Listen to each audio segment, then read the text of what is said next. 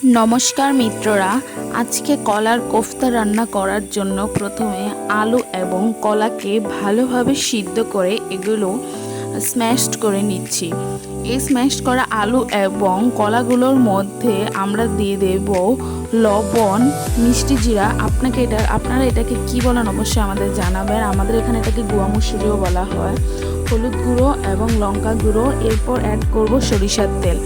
এটা দেওয়ার পর ভালোভাবে স্ম্যাশড আলু এবং কলাগুলোর সাথে এটা ভালোভাবে মেখে নেব।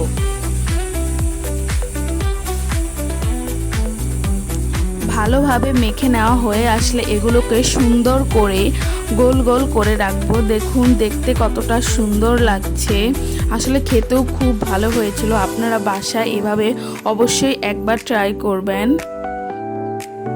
দেখুন দেখতে কি সুন্দর হয়েছে, ছোট ছোট গোল গোল। এখন এগুলোকে কোট করার জন্য আমি একটা ব্যাটার তৈরি করে নেব।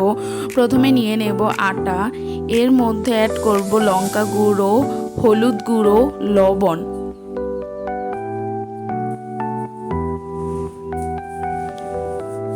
এগুলো দেওয়া শেষ হলে অল্প অল্প জল দিয়ে ভালোভাবে ব্যাটারটা তৈরি করে নেব।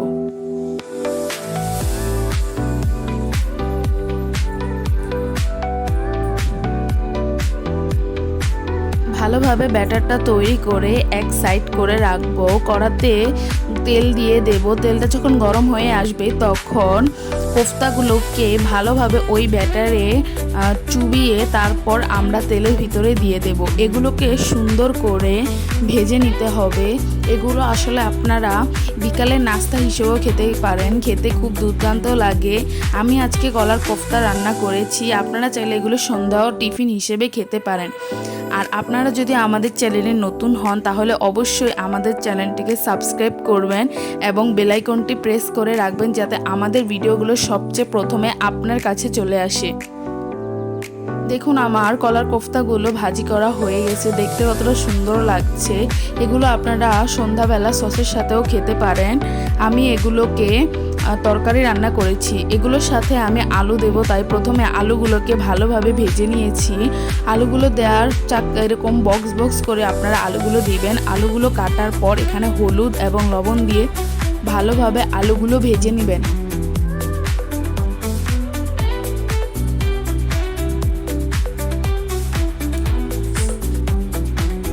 আলুগুলো ভাজা হলে এক সাইড করে রেখে দেবেন। এরপর আমি ফোড়নে দিয়ে দেব তেজপাতা, শুকনো মরিচ।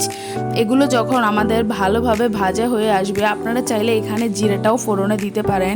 এগুলো যখন ভালোভাবে ভাজা হয়ে আসবে তখন এর মধ্যে আমরা জিরে বাটা অ্যাড করব। জিরে বাটাটা ভালোভাবে আমরা ভেজে নেব। ভেজে নেওয়া শেষ হলে এর মধ্যে আমরা হলুদ গুঁড়ো, লঙ্কা গুঁড়ো অ্যাড করব। লঙ্কাটা অবশ্যই আপনারা আপনাদের মতো করে দেবেন। আপনারা যে যতটা ঝাল খেতে পছন্দ করেন ঠিক ততটাই লঙ্কা গুঁড়ো অ্যাড করবেন। এরপর আমি লবণ দিয়ে দিয়েছিলাম। এরপর অপশনাল হিসেবে আপনারা টমেটো দিতে পারেন। টমেটোটা পুরোটাই অপশনাল, আপনাদের ঘরে যদি থাকে তাহলে দিবেন, আর ঘরে না থাকলে দেওয়ার দরকার নেই। মশলাটাকে ভালোভাবে কষিয়ে নেওয়ার পর যখন এর মধ্যে থেকে তেল ছাড়া শুরু করবে তখন এর মধ্যে আমরা ভেজে রাখা আলু এবং কলার কোফতাগুলো দিয়ে দেব। দিয়ে দেওয়ার পর এর মধ্যে আমরা জল দিয়ে এটাকে ভালোভাবে একটু সুন্দর করে সিদ্ধ করে নেব।